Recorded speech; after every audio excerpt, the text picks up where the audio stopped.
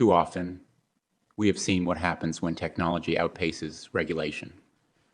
The unbridled exploitation of personal data, the proliferation of disinformation, and the deepening of societal inequalities. That voice was not mine. The words were not mine. And the audio was an AI voice cloning software trained on my floor speeches.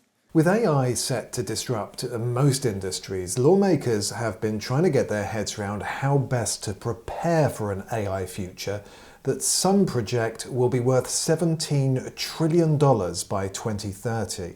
And in a break from the norm, it's not the government pushing to regulate. I think if this technology goes wrong, it can go quite wrong.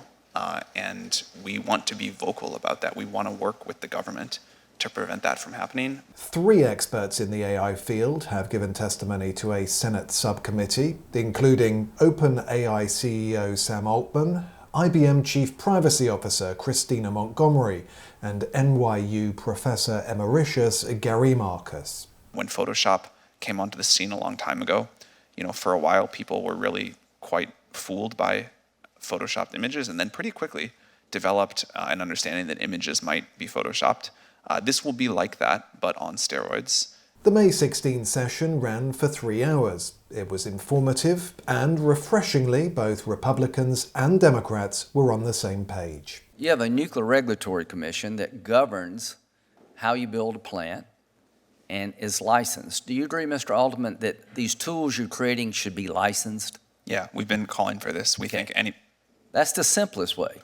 You get a license, and do you agree with me that the simplest way and the most effective way is to have an agency that is more nimble and smarter than Congress, which should be easy to create, overlooking what you do? Yes, we'd be enthusiastic about that. Do you agree with that, Mr. Marcus? Absolutely. Do you agree with that, Ms. Montgomery? We don't have an agency that regulates the technology. So should we have one? But a lot of the issues, I don't think so. A lot of the issues... Okay, wait a minute. So IBM says we don't need an agency. The Graham-Montgomery exchange was one of the only moments during the session where there appeared to be disagreement regarding approach. Fortunately, Mr. Coons gave Ms. Montgomery time to elaborate. We don't want to slow down regulation to address real risks right now.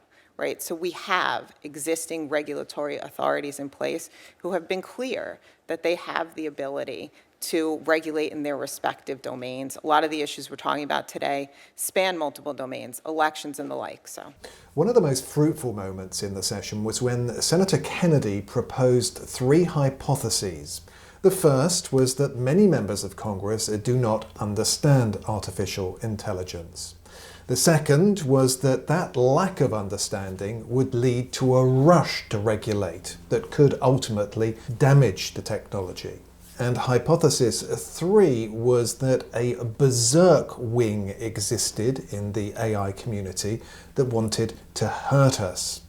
Mr. Kennedy then asked for suggested reform or regulations that, given the opportunity, the panel would adopt.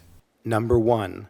A safety review like we use with the FDA prior to widespread deployment. Number 2, a nimble monitoring agency to follow what's going on, not just pre-review, but also post as things are out there in the world with authority to call things back. And number 3 would be funding geared towards things like AI Constitution, AI that can reason about what it's doing. Mr. Altman, here's your shot. Thank you, Senator. Number 1, I would form a new agency that licenses any effort above a certain scale of capabilities and can take that license away and ensure compliance with safety standards. Number 2, I would create a set of safety standards focused on what you said in your third hypothesis as the dangerous capability evaluations. One example that we've used in the past is looking to see if a model can self-replicate and self-exfiltrate into the wild. And then third, I would require independent audits, so not just from the company or the agency, but experts who can say the model is or isn't in compliance with these stated safety thresholds and these percentages of performance on question X or Y. Testimony from the 3 panelists clearly opened a lot of eyes over the enormity of what needs to be done. And worth noting too that right now the US is behind others, including the European Union, which has already proposed legislation on artificial intelligence with its AI Act. Two of the three of you have said you think we do need an agency. What are some of the perils of an agency that we would have to be mindful of? I think we want America to lead. We want. So get to the perils issue, though, because I know. Well, that's one. I mean, that is a colleagues, peril, right? which is you slow down American industry in such a way that China or somebody else makes faster progress. A second, and I think this can happen with, like, the regulatory pressure should be on us. It should be on Google. It should be on the other small set of people in the lead the most. We don't want to slow down smaller startups. We don't want to slow down open source efforts. We still need them to comply with things. You can still cause great harm with a smaller model, but leaving the room and the space for new ideas and new companies and independent researchers to do their work, and not putting a regulatory burden that, say, a company like us could handle but a smaller one couldn't. I think that's another peril, and it's clearly a way that regulation has gone.